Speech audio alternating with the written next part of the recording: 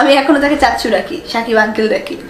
যাকে চাচ্চু ডেকেছি, বাবা ডেকেছি, তাকে আসলে শাড়ি মেলায় নাচার মতো অবস্থা তার। অশিক্ষিত ছেলে নামের নতুন একটি সিনেমার জন্য নায়িকা হিসেবে দিঘিকে চাইল সুপারস্টার সাকিব খান। ঢাকায় সিনেমার জনপ্রিয় এই সুপারস্টার নায়িকা হিসেবে দিঘির মধ্যে নাকি সম্ভাবনা খুঁজে পেয়েছে। তবে সাকিব খানের নায়িকা হওয়ার ব্যাপারে ইতিমধ্যেই মিডিয়ায় কথা বলেছে দিঘি। সাকিব খানকে দিঘি এখনও চাচ্চু বলেই ডাকে। আর চাচ্চু সাকিব খানের নায়িকা হতে দিঘি কতটা আগ্রহী, চলুন জেনে আসি।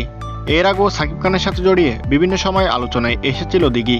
বছর দুয়েক আগেও সাকিব খানের নায়িকা হওয়ার গুঞ্জন উঠেছিল মিডিয়ায়। আর সে সময় গণমাধ্যমের মুখোমুখি হয় দিঘি। সাকিব খানকে নিয়ে মুখ খুলতেও দেখা যায় দিঘিকে।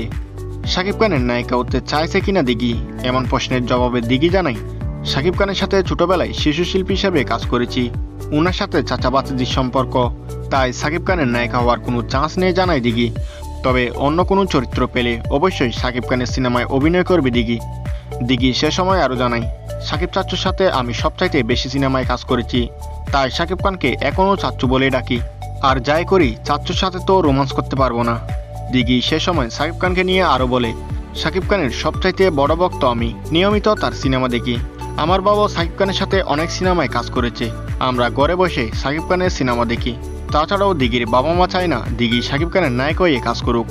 তার মানে বোঝা যাচ্ছে সাকিব খানের নায়িকা হিসেবে দিঘিকে কখনো সিনেমায় দেখা যাবে না।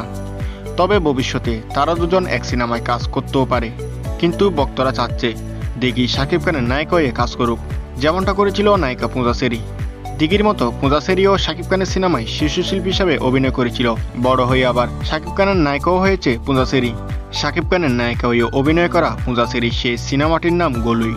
তো বন্ধুরা, আপনার কি মনে হয় পূজা শেরির মতো দিঘিও কি সাকিব খানের নায়িকা হতে পারবে নাকি পারবে না, তা আমাদের কমেন্ট বক্সে কমেন্ট করে বলুন। ভিডিওতে একটি লাইক তো অবশ্যই দিবেন, শেয়ার করে বন্ধুদের মাঝে ছড়িয়ে দিবেন আমাদের এই ভিডিওটি।